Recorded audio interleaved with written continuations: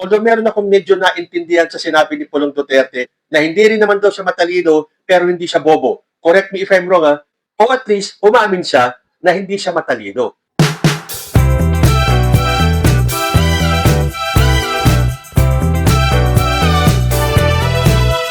Ay, ako po. Dumali na naman ng kayabangan si Pulong Duterte. Akala ko ba nananahimik tong pamilya Duterte ito? At kapag tinapakan lang sila, saka sila mangangagat. At iba daw ang kanilang kagat. So ito na pala ang klase ng pananahimik na sinasabi ni Pulong Duterte. Ang mag-ingay. So para sa kanila, ang pagiging maingay ay pagiging tahimik. May lumabas po kasing video itong si Pulong Duterte na parang naghahamon siya na gusto niyang makipagdebate kay President Bongbong Marcos. Panoorin po natin yung video, kaya lang this is in Bisaya. Kaya kayong marunong mag-Bisaya, paki-comment naman po down below, paki-translate nyo na tuloy kung anong ibig sabihin ni Pulong Duterte. Kung sa'yo gusto, magdebate mo ni Ferdinand Marcos, o manay nahuman. Di lang po kumasulda, dahil init ako akong ulogin. Kapoy magkastorya mga bugo, God. Di pa po ko bright, pero di po ko anak kabugo. Diba? Ayan, ang madali kasing intindihin doon ay yung sinabi niyang gusto nyo na magdebate kami ni Ferdinand Marcos. Dito kasi sa caption, wala naman niyang natapos. Tama ba yung pagkakatranslate nitong caption na anong gusto nyo, magdebate kami ni Ferdinand Marcos, wala naman niyang natapos? Hiyang-hiya naman tayo kay Pulong Duterte. Para bang kung magkakaroon ng debate between him and President Bongbong Marcos, ilalampaso niya lang. Kasi itong si Bongbong Marcos ay wala naman daw natapos. Pero tingnan nga natin ang kalagayan ninyo, Pulong Duterte. Ano ang katungkulan ni Bongbong Marcos sa gobyerno natin? Ikaw, ano ang katungkulan mo sa gobyerno natin? Si Bongbong Marcos, wala daw natapos. Pero siya ang presidente natin. Pagkaka-research ko, ay tapos si Pulong Duterte ng Banking and Finance. So hindi ba, dahil siya ang may tinapos, karapat-dapat ba na si Pulong ang presidente at si Bongbong Marcos ay dapat hanggang kongresista lang? Kasi walang natapos si Bongbong eh. Samantalang itong si Pulong ay graduate ng Banking and Finance. So mas nararapat siyang maging presidente. Magyayabang siya na walang natapos si President Bongbong Marcos. Siya nga may natapos eh. Pero duwag naman siya kapag dating sa mga gantong debate o pagpapaliwanag. Hindi ba din sa ICI, parang pinaramdam niya sa atin na welcome yung ICI kung sakaling siya ay tawagin. Pero nung siya ay inimbitahan naman sa ICI, kung ano-ano namang dahilan para hindi siya pumunta. Yan ang tatak ninyo, ang tatapang maghamon. Pero kapag nandyan na, bumabahag naman ang buntot. Tapos ito, ang lakas loob niyang hamunin ng debate si President Bongbong Marcos. Kaya lang sorry, hindi ka papatulan ni President Bongbong. Si Chavit Singson nga, dead man si President Bongbong eh.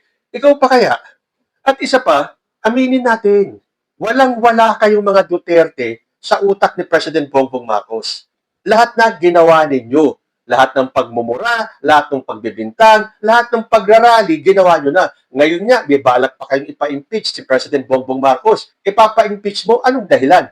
Dahil isiniwalat niya yung korupsyon na marami sa inyo ang tatamaan. Kaya gusto niyo ipa-impeach si Bongbong Marcos. Uunahan nyo pa yung impeachment ni Sara Duterte sa February. Sige, hintayin natin kung ano man yung impeachment na yan against President Bongbong Marcos.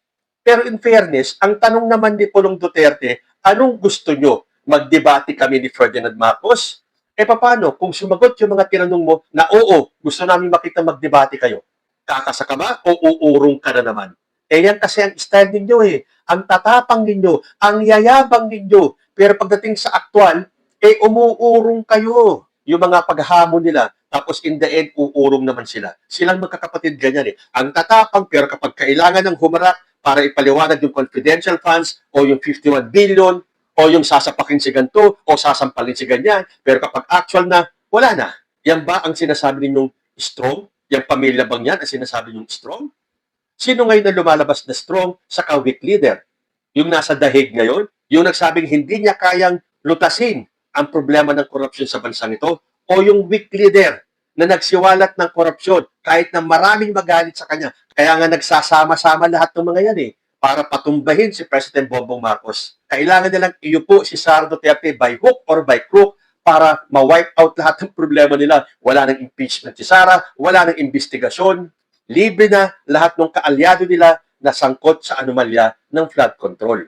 Although meron akong medyo naintindihan sa sinabi ni Pulong Duterte na hindi rin naman daw siya matalino pero hindi siya bobo. Correct me if I'm wrong ha. Doon sa mga marunong pa magbisaya para naman malaman namin lahat kasi in Bisaya ito eh. Para ma-translate natin sa mga non-speaking Bisaya yung sinabi ni Pulong Duterte. O at least umamin siya na hindi siya matalino.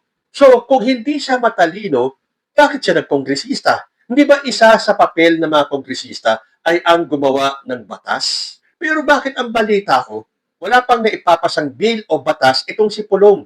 As in, zero, nada, walang-wala. At kung alam pala niya na hindi naman pala siya matalino, bakit ka papasok sa politika? Ano ang papel mo sa Kongreso? Palamuti? Dekorasyon? Tapos sasabihin ninyo, nananahimik ang mga Duterte? Ito pala yung klase ng pananahimik nila. Yung halos araw-araw, meron silang inilalabas na pahayag.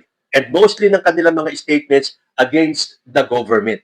May narinig na ba tayo sa pamilya Duterte na naglatag sila ng plataforma? Yung gagawin nila kung sakaling makabalik sila sa posisyon.